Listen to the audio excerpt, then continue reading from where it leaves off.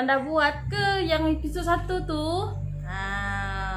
Kalau belum buat, anda wajib untuk buat. Okey, sekarang ni saya akan kongsikan pula dekat sini saya akan kongsikan pula episod yang kedua, iaitu aktiviti yang boleh buat bersama anak-anak sepanjang PKP. Di mana yang macam episod 1 tu yang saya dah cakap, seperti yang saya beritahu korang bahawa boleh macam menguatkan fokus anak-anak, boleh mengawal kontrol kemarahan anak-anak dan boleh menguatkan minda dia. Okey, bila dia buat aktiviti tu, dia punya minda akan automatik bergerak kan. So, yang pertama, korang kena buat juga aktiviti yang kedua ni ya.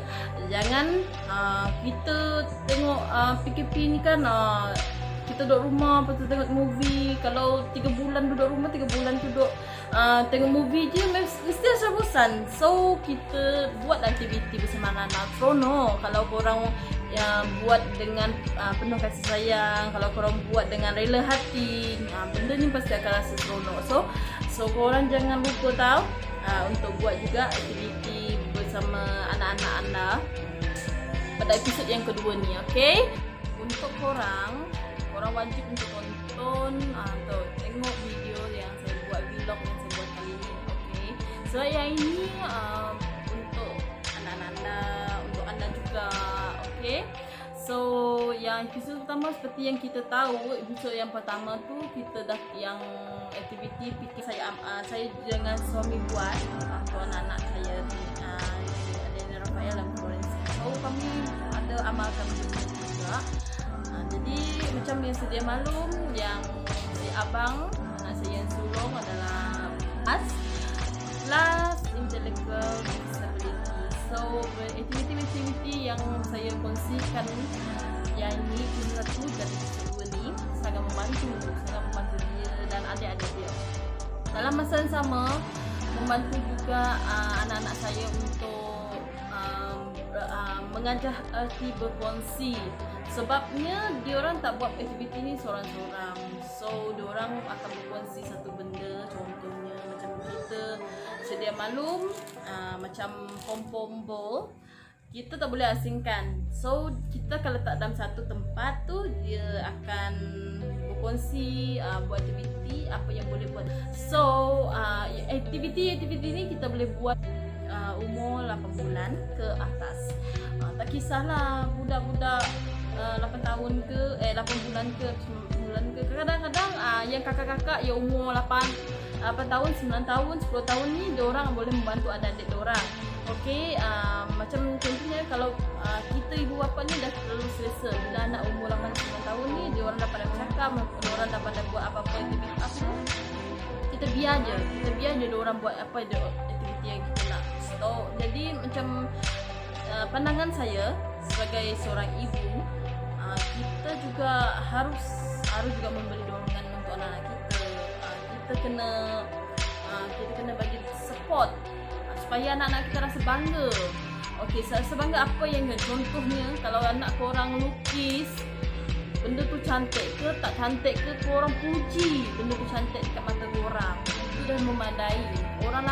Kalau orang lain dia kata tak cantik ataupun tak menarik, itu dia tak berapa kisah. Tapi kita sebagai parent, kalau kita puji apa yang anak kita buat, itu dah bagi diorang, itu dah salah satu benda yang diorang rasa nikmat. Diorang rasa satu macam pencapaian, kebanggaan yang diorang dah buat untuk kita. So sebagai kita kenalah jangan abaikan anak-anak kita. Sepanjang PKP ni, dia sedia maklum zaman sekarang zaman teknologi, semua handphone. Kalau anak korang bising, korang bagi handphone. Zaman sekarang zaman handphone.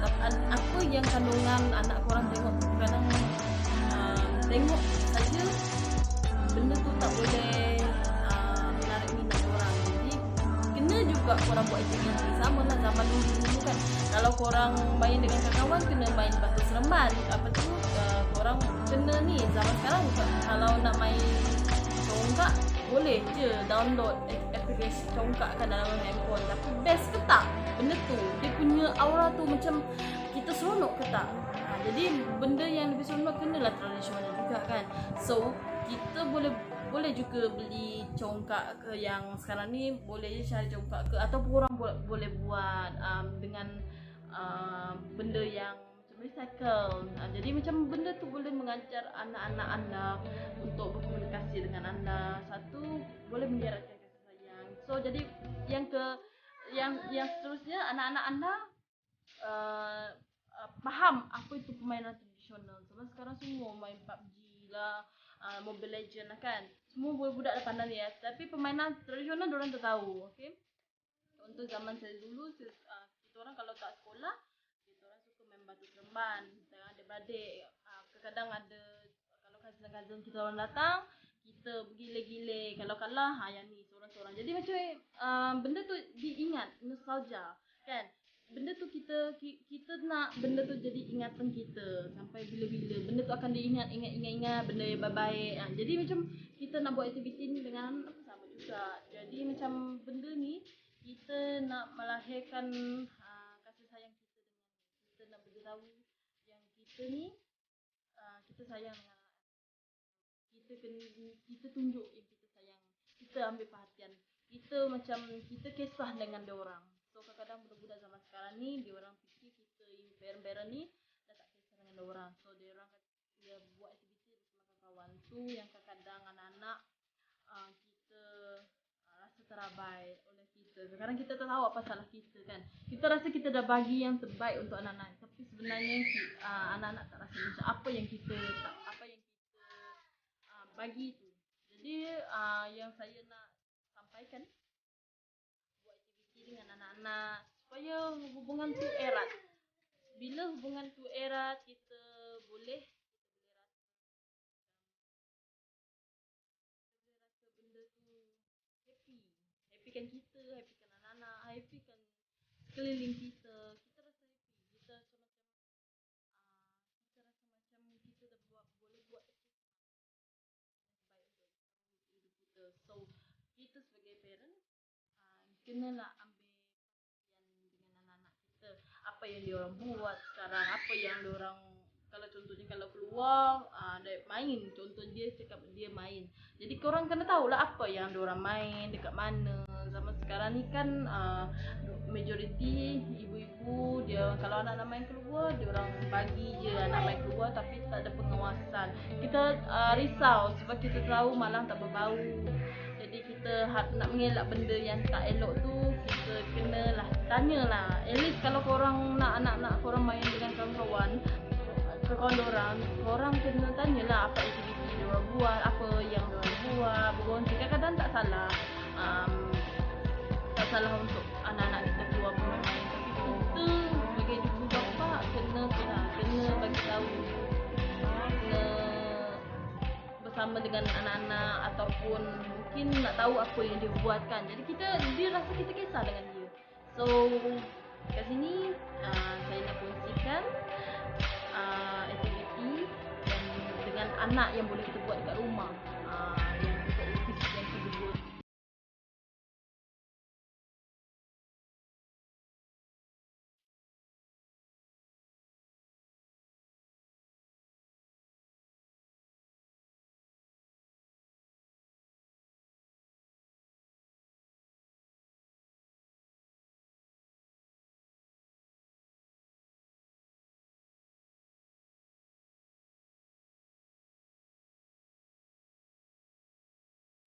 Macam mana dengan episod yang kedua? Seronok kan? Benda tu senang, mudah dah je. Kadang-kadang boleh je beli kedai RM2 tu DIY atau kedai ekor, semua ada. Semua ada benda tu. Benda tu macam korang mesti tak sangka yang benda tu boleh dibuat aktiviti kan. Jadi lepas ni semoga korang terhibur dan sentiasa buat aktiviti macam ni. Tak payahlah hari-hari. Kalau korang rasa malas, dalam seminggu 2 kali pun cukup. Janji kita ada perhatian sikit dengan anak-anak kita. So stay tune dan jangan lupa untuk subscribe saya lagi untuk next video saya. Subscribe saya ya. Komen, like, share kalau korang rasa benda ni bermanfaat untuk korang. Okay, terima kasih. Bye.